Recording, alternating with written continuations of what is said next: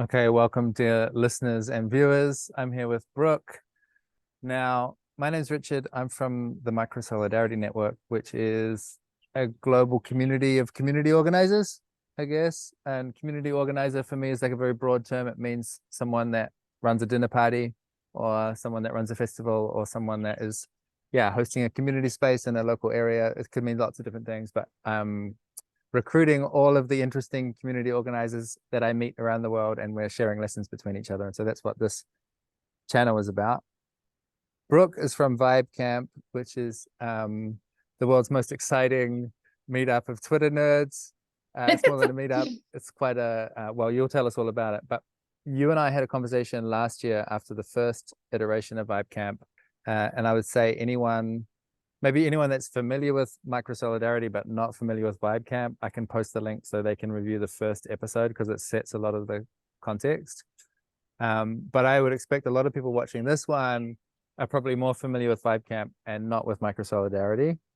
There has been, because it's a Twitter thing, there has been a lot of public discourse about VibeCamp. And my intention for this conversation is we don't get too stuck into the gossip.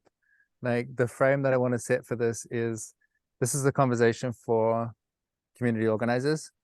And so, like, let's try and focus on, what did you learn as an organizer? What are you going to do differently next time? Like, what's the juice? What's the good business? And because it's so fresh, like we're a few days after the event, my intention as well is this is like a space to think out loud with me. It's not a space to like make any commitments. Like, just because we're dreaming of things today doesn't mean they're going to happen next year. Welcome, Brooke. Thank you for joining me again. It's a real honor that you share your learning process in public. Like, it's such a gift to all the other people that are watching along at home. Like, oh yeah, okay, you can learn some lessons the hard way. My first question for you is about, like, can you connect us to why VibeCamp? Like, what would the dream success version of VibeCamp look like for you? Yeah, that's an interesting question. It's one that I return to periodically because I think the answer to it is changing over time. Initially, I legitimately just wanted to hang out with my Twitter friends. Also, like sort of like lesser thread, but still a thread, was that I was hoping to find a partner. I've been traveling to different Twitter meetups and things like that, and I'm sure my tweeting about my hunt for a partner is kind of contributed to all the discourse around the weird sort of like pressure to date at Vibe Yeah. Camp and things like that. So, but yeah, it turned out, I think we realized through the course of the first one sort of taking shape that like a lot of people want to meet their Twitter friends, and that there are a lot of Twitter friends out there to meet and who also Yeah. want that. And I think over time it's sort of growing into something a little bit different. I don't know if having like a space to like meet the other weirdos is broad enough. I think that's kind of pointing in the right direction, but I think that's kind of what it's turning into. I remember when I first joined Twitter, kind of looking around at one point and being like, wow, are we all like that one weird kid from our hometown who just somehow managed to find each other online? And I think there's some truth to that. And I think there's, there's my sort of favorite kind of comments after each vibe camp have been the people like, wow, I just didn't know that I remember one of the tweets after the first vibe camp was, I thought I was an introvert until, and I forget who tweeted it, but I thought I was an introvert until like I went to vibe camp, and then I realized I just hadn't been around my people before. And so I think that's kind of like one of the bigger reasons, like why, or Mm, answers to the question of like why vibe camp mm, to me. mm. Yeah. Um, I mean, this is obviously my wheelhouse as well, like helping people find their people. I think it's extraordinarily important. I want to know, like, what happens for people when they find their people, according to you. Like, because it's not just it doesn't seem to be just that, like, oh, I'm a weirdo and I'm tweeting, and then I go to the meetup, and then, oh, I've got some more weird friends. And like, people come away from it like listening to, I can also include like Critter, for example. I don't know if you've heard Critter's Debrief. Amazing kind of celebration of all the things, all the sort of transformative experiences of participating in this event. Like, um, it seems like people leave different from how they arrived, and I'm curious, like, how you would describe the difference in people I would hesitate to put all of it under a singular umbrella. I think for a lot of people, I think there's a range. I mean, I heard from for the first Vibe Camp, I heard from some people who said it was the most transformative experience of their lives, or up there. And I remember being humbled by that, but also it wasn't that way for me. And I kind of attributed that to just like age and life experience and things like that. I think I did changed personally from this one, but maybe in a different way than the attendees had. I feel like a sense of power, maybe, and like confidence and just like solidity on the inside that I hadn't really felt before to that degree. But a lot of that has to do with my role in the event. I think there was one day I walked up, and I'm not gonna like name names during any of this, but there was one person I walked up to. It was either on the last day or the second to last day, and they were crying, and I like walked up. I was like, oh, and I like checked to make sure it was okay that I joined, and they said, these are happy tears, and like through the tears they kind of like got out that like they had just never felt that connected in their life before. And that's like, as an organizer, that is so powerful to hear those kinds of things. Yeah, it's I'm trying to think if I could think of like a sort of umbrella that everyone, I could put all the ways that people transformed into when they did have the really transformative experiences. I think it's something in that direction, but yeah, I get what you mean about not trying to unify it too much, because it is really pluralistic. Like, people are having very different experiences. And what comes to mind for me about, like, if someone's having happy tears about this feeling of connection, and I've seen some of the Twitter threads about people saying like, I've been really struggling for a long time, and I finally get the chance to like really connect and have a meaningful conversation and feel accepted, and all that good stuff, all that squishy, cozy, good stuff. In some respects, if people like, you can't, as an organizer, you can't promise a transformational experience, right? You can't promise that you're gonna find the love of your life, or like find this crew of friends that's going to be with you forever. You can't like exactly say that, oh, if you're feeling isolated, come here and you'll get belonging. Like, you can't promise that. But I feel like people at some level kind of have a hunch that maybe that's what they might get there. I think that's part of the appeal about why people come to an event like that. And so my question is like, that's a very high stakes, kind of high pressure position for you and your team to be in. And yeah, how do you hold that pressure of like, knowing that there's people showing up with a lot of like quite deep emotional, relational needs? Like, how do you take care of them? Or like, how much responsibility do you even take for them having a good time? That's been something that I think has surprised me a little bit, in terms of my own emotional responses to all of the introspecting that's been happening on Twitter, and the conversations that I've been having with people. Some of it, but like very small amount of it, I've actually been having like an emotional response to the criticism. And that's there's a couple things where I felt like I could have done something better, but the vast majority of it I'm not taking personally at all. And I don't know that I would have like expected that to be the case if I had like thought about it before VibeCamp. I like realized like how high variance the responses to this would be. But I found when I get people coming to me saying like they wanted a certain kind of experience and they didn't find it, my response is more like, what can you do to make it happen next time? Like, I feel pretty strongly that like my project, the thing I bring to VibeCamp is creating VibeCamp and like running it, helping, along with my team.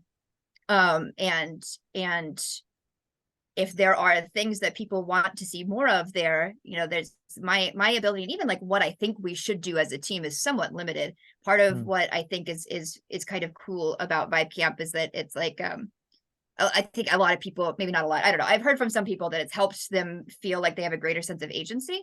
Because it's like, I have noticed a few times, I think I give off some kind of energy where people will turn to me as though I'm like kind of their mom. And that was a somewhat frequent refrain during the course of this, like, you're an adult, you can figure it out. And I think that's helpful for some people, even though it's maybe not the easiest thing. I just want to say on the mom thing, Nati, who I work with, who is my wife, in community organizing stuff, sometimes people will put her in a mom position, and she'll say to them like, I'm not your mom. I can be your big sister, but I'm not your mom. And I love that. Like, it's such a sweet, like, because you have got a role to play, you know, people are looking to you Yeah. for something, Yeah. but fuck being someone's parent unless you have to be, you know? That's a lot of Yeah, I like responsibility. that. Yeah. Um, Oh, yeah. what have you done to help people make connections? Is it just like, hey, we're all going to be here, so come along, and there'll be a random chaos of you'll bump in and some people will meet and some people won't, or like, is there more sophistication to it? That's something that we have been thinking a lot about, talking a lot about throughout. I mean, from the very beginning, we as a team like felt really strongly that something that we care about, and we care about deeper connections than can typically be formed in like a couple day event. Mm. So that was kind of what was behind, you know, some people had cabin tickets, some people had tent tickets, and we tried to do a thing where you could choose either like have friends that you already chose to have be in your cabin, or to come up with a theme or not, and to say who wants to be in this cabin with me. And that was sort of an attempt to like, here we have got months until VibeCamp happens. You have all this time to get Mm. to know the people that you're going to be staying with and build connections beforehand. I'm not sure how successful that was. It'd probably be a good thing for us to add to the exit survey. We also had tent villages, and I think that also had like mixed success. We Pequot Parvenu put a great deal of work into building a thing that is NLP to match people based on their initial application results, and that kind of turned into a mess because we didn't really think through how to then have scheduled calls with Right. those groups of people. I think it was fairly successful though, because I was looking through, we were calling them squads. I was looking through the list, and I saw several like actual friend groups in there already, which is like, oh, this is working. I know those people hang out together all the time in SF. But that was there's a lot of things that we kind of need to have figured out at the time when we sell tickets, because it is just Mm. really hard to ask people questions or get consent for things like that's the one thing that everyone's going to look at is the ticketing page. And I think if we gotten permission to like share email addresses with the rest of the group, it would have been easier to schedule calls. But our intention was to have facilitate by a volunteer or by an org member calls with the group, and kind of like suggest that they carry it forward. I'm not sure if that's the best way. I'm in some communities where I get little messages from the group, and it'll be like, hey, you're paired with these people, go have lunch with them or something. And that kind of like, yeah, I never do them. That kind of I always have Yeah. like, why should I go talk to these people? And maybe that's a messaging problem. And maybe it'd be better if we were actually, you know, using information gathered from the applications to try to match people. You have a higher than average likelihood of, or not just random, you know, of Yeah. people there. But you know. Yeah.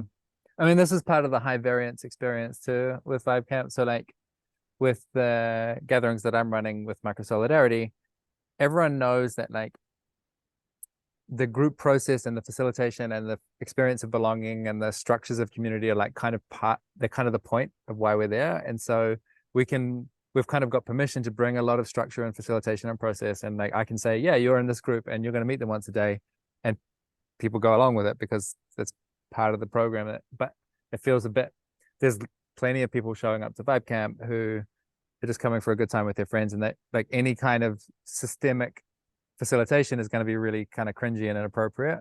But I did wonder, as I've been reading, you know, everyone's digesting of it, I wondered if like maybe there's an opt-in, you know, where it's just like, I actually want more hands-on support. Like, I don't know many people. I really want to plug in. I want to go to this more structured program, or there's something that's a bit more, yeah. Maybe it's a minority of people that are like actually having a more sophisticated process for like, we will help you make friends, you know, because people are showing up for that, and some of them are like overwhelmed and stressed out and anxious and don't know how to do it. Yeah, and that's one of the things that I've been really pleased about with this sort of like collective sense making that's happening, because I'm already Mm. seeing some people come up with like ideas for things they could do on the first day, or like workshops they could host, or calls they could do going up to it. And some people were talking about a bunch of different people creating like how to vibe guidebooks, which is great. You know, I think it was initially at my debrief day on Monday, it was people in Philadelphia. Some people had suggested that we write how to vibe guidebooks, which is something we'll consider. But I think ultimately, like, if I tried to write like how to vibe guidebook, it would become something official, and like VibeCamp would be really boring if it was just Brooke's vibes. Like I think that it's going to be so much more rich and interesting and dynamic if it's something that the community comes together on. And also just like I think that all these great beautiful minds working together to try to figure out like how to solve these problems is just magnificent, and it's they will do a way better job than we ever could trying to just figure it out behind closed doors on our own. I'm very curious if anyone can manage to write literally put into text how to vibe. I suspect there might be some elements to it which are literally ineffable, but I support anyone trying, because it would be really cool to witness. Yeah. I've got so many questions in my mind. There's so many aspects of this thing. Last time we talked, one of the dynamics that we were turning over was, hey, there's a lot of, this is popular. People want this. Like, there's a lot of attention. There's a lot of like magnetism. People want to come in. And I think the last one was around 400 people or so. And this time is like nearly twice as big. One of the things we talked about was kind of like, how do you manage scale? You know, that obviously when things are small, you can just work on informal systems. A lot of people know each other already, so you don't need rules, you don't need roles. You can just kind of like get by on trust. And as it gets bigger, like those systems need to become more rigorous, and you have more people, more like random people with less connection or less shared context and so on. So I'm curious what's your thinking about scale. Like, I'm sure you're feeling a lot of demand, or everyone's like, I want in, I want more of this, is so good. Oh, you're so popular, you're like super famous right now. What are your thoughts about scale and intimacy, and like how do you hold that, and yeah, how did it go becoming a lot bigger than last year, and yeah, all of those sorts of things? So the way we did attendance and like ticket allocation this time was a bit of a mess for a number of reasons. One of that was that we started selling tickets earlier than any of us would have liked to under ideal circumstances. But Colby and I were kind of in a place where we needed to get jobs. We needed to, like, neither one of us had a job. We were, and it was if we had to have full-time jobs and made this just a hobby project, it would have been really hard to do. So that was why, because the first VibeCamp, I wasn't working at all. I've been working for DoorDash like in the initial lead up, and then things got too busy. And my parents were lovely and let me stay here and gave me food and things like that. And so I just focused on it. And our flights, our Airbnbs, all of that we paid out of pocket, and we broke even. I think we had a little bit in we were green, it was fine, but we definitely didn't have like a profit to pay people out of. So that's why we started selling tickets as early as we did. And as far as like actually like how we allocated tickets, we ended up doing chaos mode, which was we were having some internal disagreements about how we should do ticketing. Some of us felt like we should do more curation, we should do referral links, and some of us felt like VibeCamp is a public event. It should be fully public and inclusive as much as possible. And so chaos mode was like, why don't we do all of it? It felt like pretty on brand for VibeCamp, but then was predictably rather chaotic. We did first come, first serve, followed by a period of like lottery, followed by applications. And we just, there were a lot of things that sort of, it's hard to thought experiment your way through things that have this many variables. And by the time we got to the application process, we actually didn't really reject hardly any people. We had a small blacklist of people like who had been flagged to our attention that we investigated as a team and felt like were safety risks there, but it was very, very small. And then I think there was one resale that we denied because we went to the Twitter page and it was just blatantly racist and anti-trans stuff all over. So we're like, nah, you're not, this is not the VibeCamp vibes. But for most part, I mean, the process for the application segment of things was Colby and I would sit on a call and he would go through the application while I would look at the Twitter page. And it was either there wasn't much information, or it was kind of like, not bad but seems fine, or hard to get a vibes read, or they would be people like into IFS and meditation and EA and AI, and you're just like, clearly you belong at VibeCamp. Like those are all, but it was really hard once we actually got into the application process to decide what metrics to use to determine whether somebody was a yes or a no, and we ended up just defaulting to like only safety risks were being rejected. And I personally don't think that that's sustainable moving forward. I know a lot of events, Burning Man, it's kind of like a weird mixed place, because technically you can get tickets, but it's hard to get in if you don't have a camp, from what I've heard, and which does require some kind of like social proof. But I think that this vibe is precious, and it needs to be nurtured, and we have a lot of decisions to make about how to do that moving forward. Yeah. This is the organizational nerd coming online for me, but I'm curious, why do you think that you all settled this year with chaos mode of like trying to do everything, like all the ideas, like why was that decision chosen?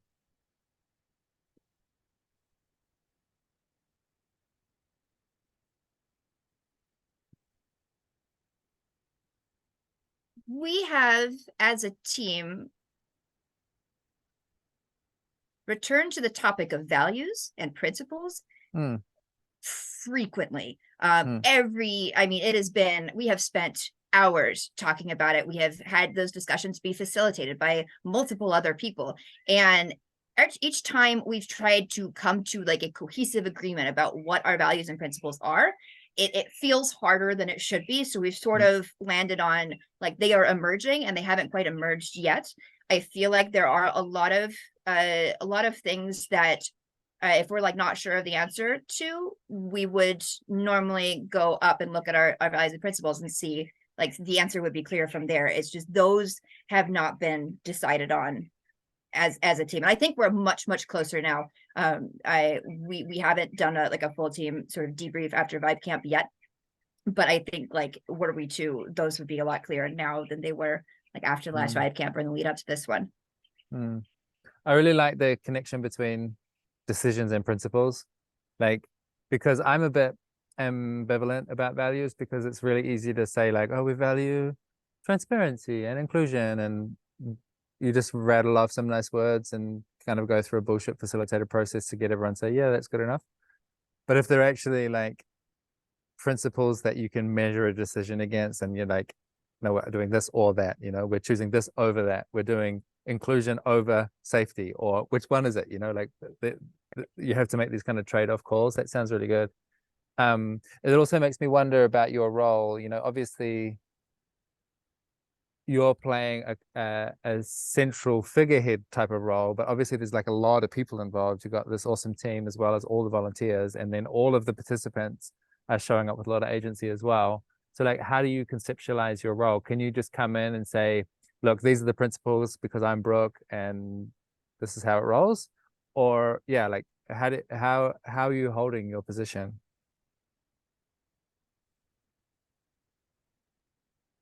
Asking the hard-hitting questions here. I'm gonna give you softballs after this, don't worry.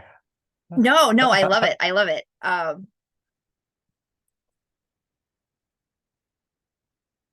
When we first, for anyone listening who doesn't know, the first VibeCamp was someone had tweeted, was the first in-group meetup with attendance in the thousands, and I quote tweeted and said, do you guys actually want this to happen? Because if you do, like, I'll make it happen. And I asked who wanted to be involved with it with me, and pulled the initial team from people who responded to that tweet, and we started meeting weekly. And like, huge shout out to everybody. We like the core members who've been around from the beginning. They have been meeting weekly since like 2021 almost. Wow. Like without Wow. stop.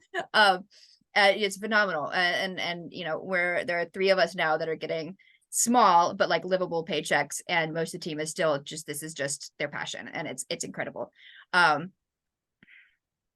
I wanted it to be like, it felt like a co-created community project to me, and it seemed like the fairest way to manage doing that was something like non-hierarchical.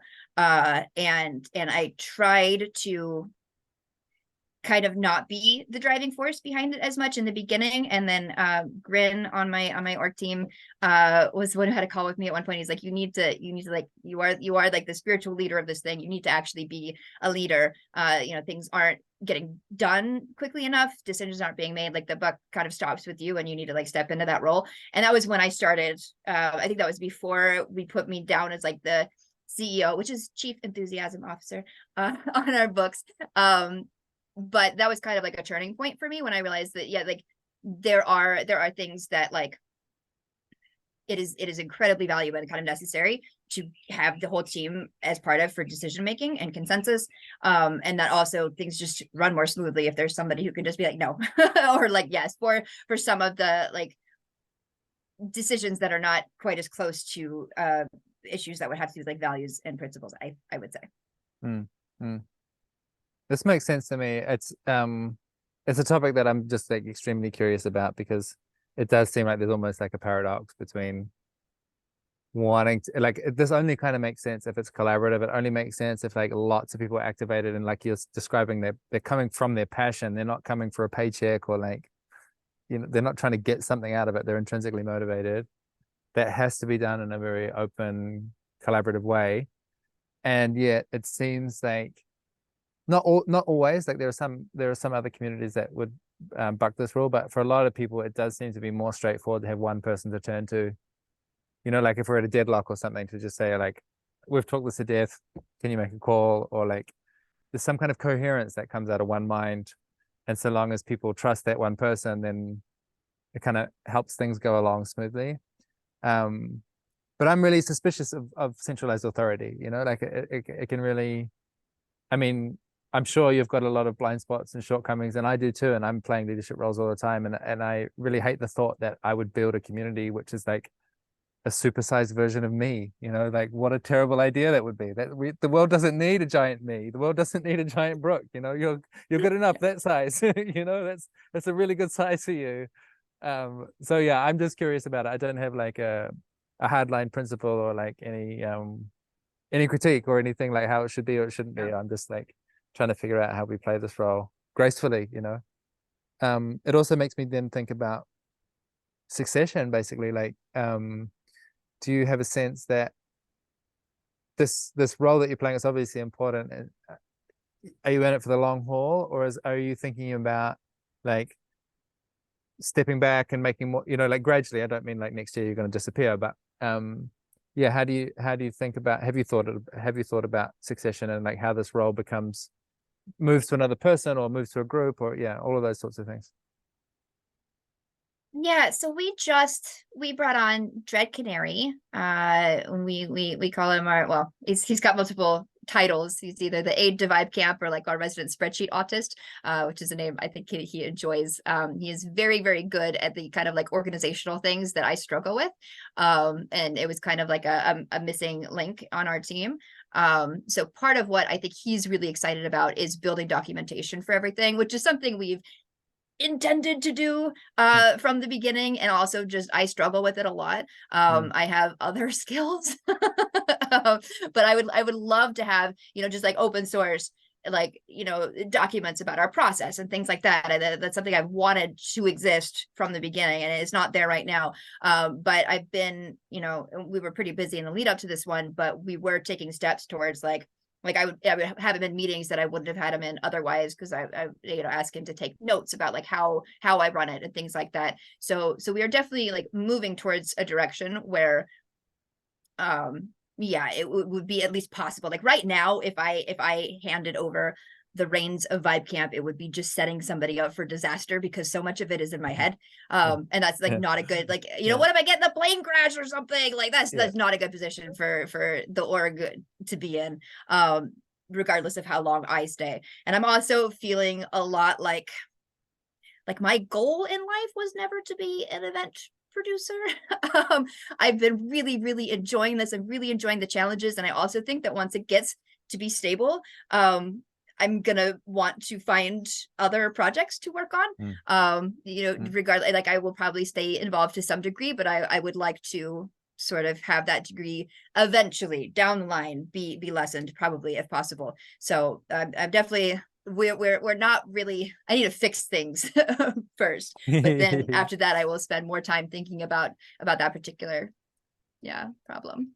Yeah, it's cool to watch how you're doing it, because I think you and I have a lot of like the Venn diagram between our values is like there's a lot of overlap, but there's also some different things. So like, for example, I think you have got more appetite for going big and going fast. And I'm like, no, no, no, slowly, slowly, slowly, slowly. Let's keep it really tiny. And part of the appeal for me of going slow is like with the Micro Solidarity Network, this year we've got 2 summer camps happening. And I initiated the idea. We were on one of our community calls, and I said, hey, I've got this dream of like going to summer camp, and it's a Micro Solidarity summer camp. I don't even know what that means, but I want someone to organize that.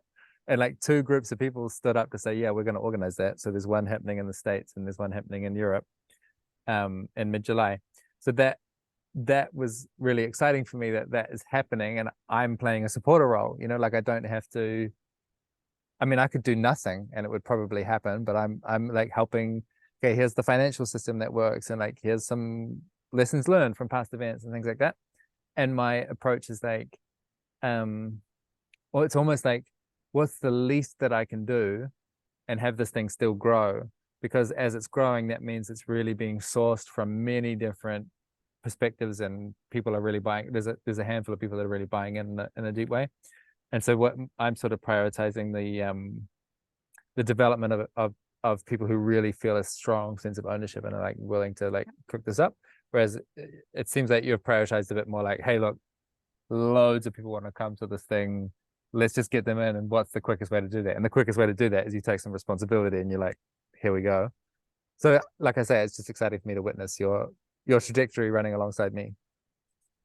Yeah, this was an unsustainable amount of work for me personally. I think it was manageable for this one, but I was pulling like 16-hour days and just had an onslaught of messages across all platforms, and it was a little bit insane.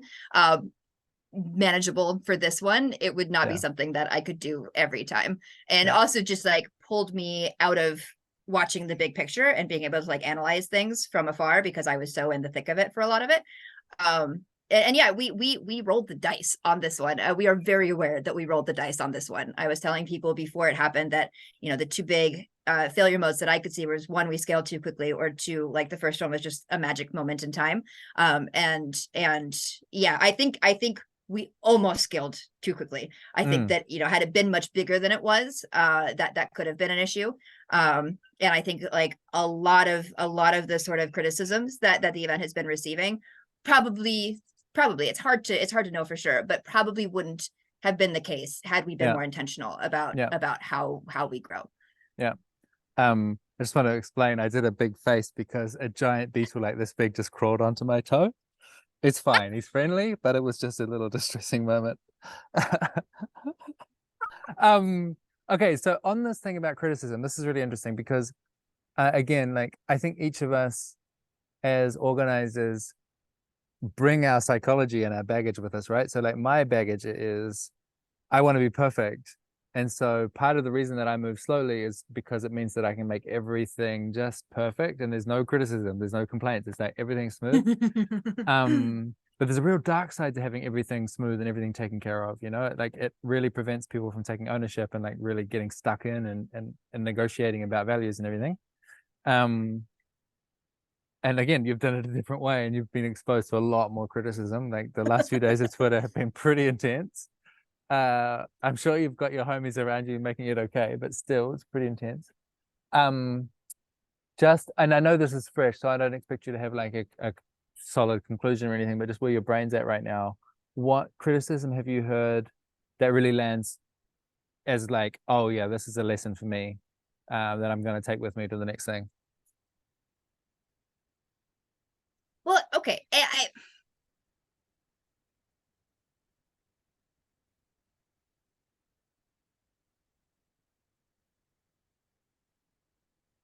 There hasn't been much that's been said that I either predicted would be an issue or saw was an issue during the event and agree with. Right. I think one of the bigger ones that I hadn't was around the final show. There was a big show Saturday night that we put a lot of resources into. In my mind, they were just the only ones who asked. So it's like, yeah, sure. And we didn't have a formal process for giving out grants. We mentioned that we had that mostly in the Discord server, but I'm fairly sure we mentioned other places too, but the fact that I'm not totally sure means that like, how could other people know? But in my mind, it was much clearer that this was an attendee project, and I didn't know anything about the content going into it. And I we either should have done more messaging around this is not like official in that we didn't Right. solicit them, and we Right. didn't we didn't like vet the content.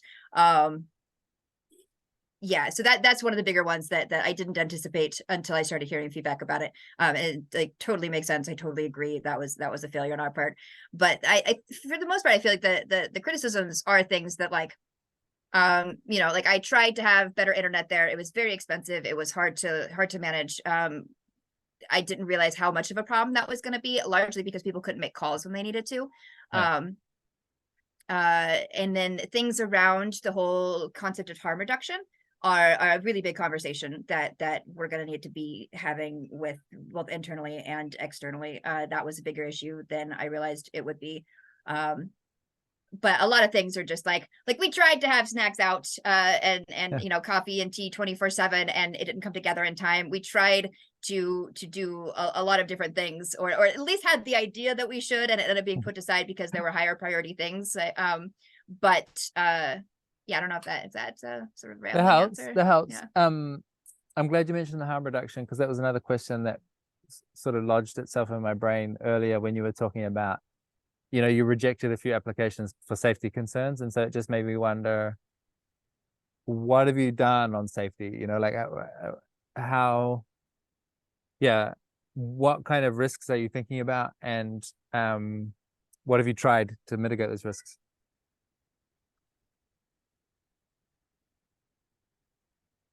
Yeah, so with this one, going into it, we pretty much, if somebody seemed like they were a physical or a sexual safety risk, in a way that like the team could kind of agree on, that was the metric that we used. I think that's a very different question than trying to be intentional about who comes, which is part of like the referral link thing. I think if we do referral links, we'll probably do like 80% referral links and 20% application based or something like that. So you still get in, people aren't necessarily connected, but then also there's a sort of like a standard of like, if you bring somebody, you're responsible for them. At the event itself, like I tried to communicate, like, please let me know, please let one of the staff members know if somebody's making you uncomfortable. But we ran into a thing where people would tell me about things. I'm like, yeah, that sounds very bad. Those are bad vibes. But they couldn't tell me who it was, which is partially our badges were very small. It was hard to identify people. So, but I also feel like maybe there would be less of that if we had done referral links instead of applications for this one. So it's kind of like a tricky in between thing. And as far as we're gonna have to have a lot more conversations as a team, but our public stance has been just straight no drugs. And some people did not listen. And then that meant that we didn't have any kind of a fallback for, if people don't listen to us, how to keep them safe. So that's another thing that we're gonna have some conversations as a team about to navigate, like in a way that's like safe for people, keeps us like legally protected and things like that. Oh, I guess that's going to depend on like state legislation and things, isn't it? Depending on like, where you are. Yeah. It's a whole bucket of things you have to pay attention to there. Yeah. Wow, that's complex. I get the official story is no drugs, and I also get that probably a lot of people, it'll be a great place for them to take drugs in comparison to the other opportunities that they've got. And so like that's a complex situation where you're going to have to like hold an official line, and there's probably something else happening at the same time that you're like aware of and trying to manage responsibly without it's like, oh, I can't. That's complicated. Yeah, and just on a personal level, I heard a few stories about people taking some substances where it really enhanced their experience for whatever they're doing. We do have dance parties. We have an element of just like the party vibe.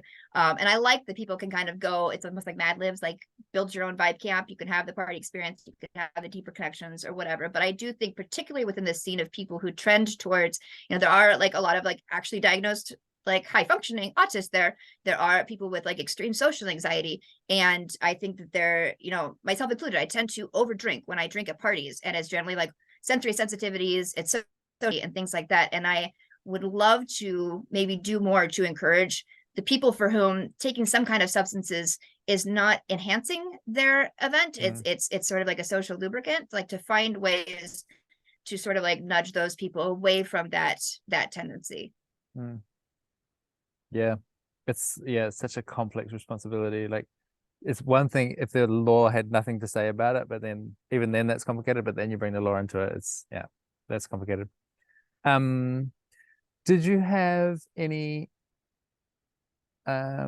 like some of the gatherings that I go to, there'll be a support system in place for bad vibes of a more like subtle nature, like I'm sad, like, or I'm not having a good time. Like, did you have any I don't know, um like I've been to a gathering once where there were people that would their job, they would take a shift, and like one night they would go and they would just walk around the space looking for anyone that was lonely or sad, or like, and they would go and check in on them. Like, did you have any of that that sort of infrastructure in place? Yeah, so the way our volunteer program worked, people were asked to do 1 6-hour shift per day of the event, except for Sunday was sort of all hands on deck roughly, and then we asked them to show up a day early on Wednesday. And our shifts were we had 3 different types of shifts. Ones, we call them shape rotators and word cells. So for shape rotation, that was that was like set up equipment, moving. It was all like the sort of like logistical side of things. And then the word cells were more people oriented. And so some of those shifts were just sitting at check-in, which is the place people know to go if they need like medical help, if they need to like contact an organizer. It was just like, there are people here. And then they were also like checking people in as they arrived. And then we also had Vibe Patrol, which was my attempt to do something like that. Their instructions were to like wander around, look for people who seem alone, check in with people, make sure everyone's doing okay, that kind of thing, escalate things. We had Andrew Rose, who's amazing, didn't have any scheduled shifts. He was on call as sort of our like crisis, like conflict mediator and like mental health crisis person, which was phenomenal. He did a great job. And one of the things that I heard from the people who had been on Vibe Patrol was that it was very hard to tell if someone was sitting by themselves because they were taking like a necessary moment to like regulate their nervous system, or because they were feeling left out. So that's something that we're going to have to think about moving into the next one, because we absolutely want to encourage and not interrupt the people who are just sort of being with themselves and resetting and need quiet. We did have a sanctuary tent, which we didn't put, we thought we'd have more time and bandwidth in the days during setup to sort of decorate some of these spaces. And we ended up being a little bit crushed under other kinds of logistics. So we didn't really set up the sanctuary tent in the way that we had we're hoping we would. But that was sort of intended to be the place where you just needed like the tea house is like a 1 or a 2 on chill, because people are talking this is like a 0 on the chill meters, like fully chill as possible, just for like, if you need that space. So those are all sort of like things that feel solvable, but also feel like there need to be a lot more conversations, both internally and with the community about how to manage. I'm such a big fan of the Vibe Patrol. I was at a burn once and had a very intense experience while I was on a cocktail of drugs that I don't even know what I had. And I was by myself, and there was a moment that was really intense and bad. And then someone from the Vibe Patrol came and found me and made such a transformational experience out of that moment. Like those people are angels, and I love it.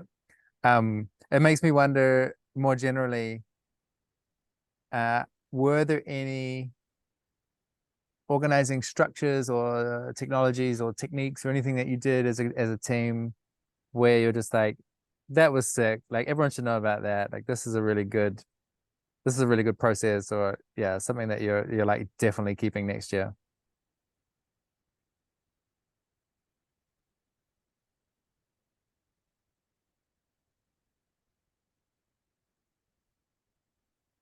I don't, it's so that's a tough question to answer. I feel like a lot of what we did was like good enough for this event. Some of it was like very, very close along that line of like just barely good enough. But I feel like we have like quite quickly outgrown a lot of the things that we're using. I want to have a conversation. A lot of our organization happened through the Discord, and that was fine for the first one. It feels not really quite as fine now. It's just and we have like a million different sources of information our tech stack is somewhat all over the place. I mean, these are not things that I like feel bad about personally. I feel like they are failures. You know, there are things that we can improve upon. I think having a staff house is great. I want to carry that energy forward, even if we have like too many people to fit in it. There was one building on the site that slept like 21 people, and it ended up being a little chaotic. And you know, some of the early arrivals I let sleep there, intending for them to go out to their regular spots later. And then we sort of had like a mix of people who were volunteers and not volunteers. But there were a couple mornings where we'd get up, we had a little coffee maker in the side room there. She didn't have to go all the way to the dining hall to get coffee. And we'd be able to sit on the porch, which is exactly what I wanted out of that, is just like have a way for us to connect more, chat outside like the context of like running it, and just have like a moment, you know, moments together.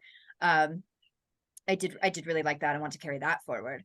For events that are overnight. I think it's really useful to have the people who are helping run it kind of like have a space. Yeah, I really with our events, I really believe in, you know, there's a kind of role modeling where the people that have status kind of set the tone and then other people want to emulate them. I really think of that in terms of relationships. So like, instead of it being one person who's a high status person and we're going to copy that person, it's more like, no. The way that you and I as co-hosts are interacting is setting the tone for other people. Like, this is how we treat each other, with like respect and curiosity and fun and affection and whatever. And for me, the way to get that is that, yeah, for the hosting team to really connect and have space to like develop that sense of trust and companionship and care and like loosey-goosey funniness. And if the team has got that going on, oh, there's another giant bug for ice. Oh God, that's so creepy. If the team's got the good vibes, then it's kind of effortless for everyone else to pick it up, you know. I noticed that it's become nighttime since I've started talking to you, so that sort of seems like God is telling me to wrap up pretty soon. I'm trying to think. I think I had a billion questions, but maybe they're not important. Maybe at this stage it's more like, yeah, with no questions coming from me, like what's on your mind? Like what sort of thoughts are running around in your head when you're losing sleep at night? Or like what's really got your attention as you're thinking about what happened and what comes next? And like, yeah, I don't want to tell you what the question is. I want to know what's been bubbling away.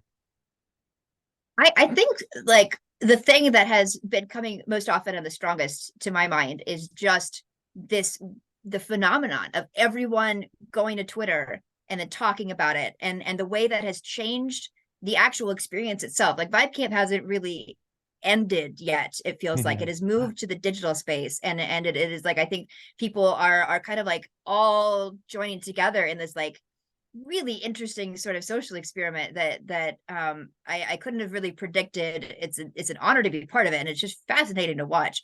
I think that is the most interesting thing about VibeCamp to me, is the way that people are doing that. And I don't know that I have any more like coherent thoughts about it.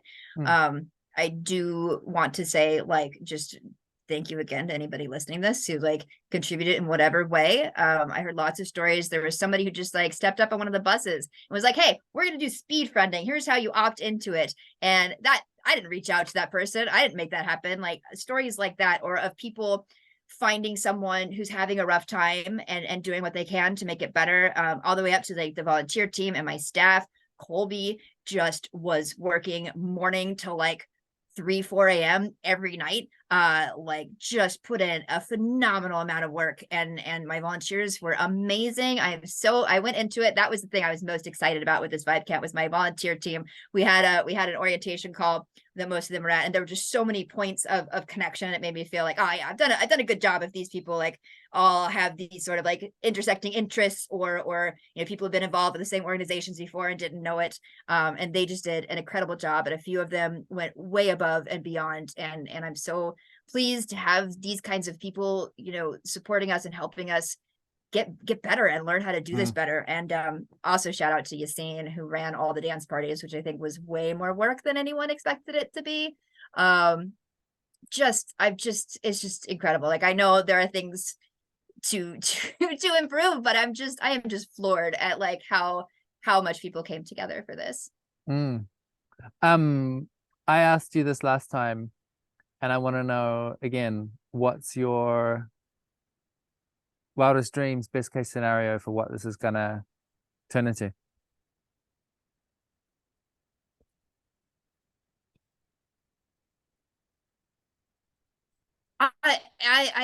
Like I feel that there are a growing number of people, of groups, of whatever that are all sort of working towards a future where not just humanity, but the planet, the universe, whatever, is flourishing, and we're all kind of doing it from different directions. And it feels a little bit like, I don't proto network state, but that term has so much baggage. It means like specific things and different things to different people, but it feels like we are almost like collectively, you guys and Fractal and the neighborhood and Medley and all these people who are experimenting in new ways of like community and living together and gathering together.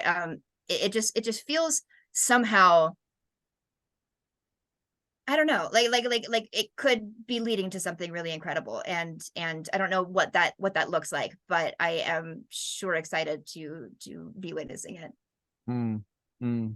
It's true. It's true. It does feel like there's a movement of movements, like different characters stepping up to try and find a new way of being together. And I can say from my own experience, it's super fun to participate in, and I'm really grateful. I mean, I know that I'm not the only one. I'm conveying the gratitude of thousands of people for what you're doing, and not just you, but like I say, your team, like your incredible team, and not just the team of official people that have a role, but everyone showing up with that attitude of like contribution. It's really important. It's really making a big difference. It's really rad to see. So thank you very much. I don't think I have any more questions the only other thing I think to say is that I think you already know this, but I want to make it official that you have my support. Like if you've ever got any kind of organizing question or issue, or any kind of need, I want to help. I think this is a really important thing that's happening, and I'm here for you. Thank you so much. My pleasure. Let's leave it there.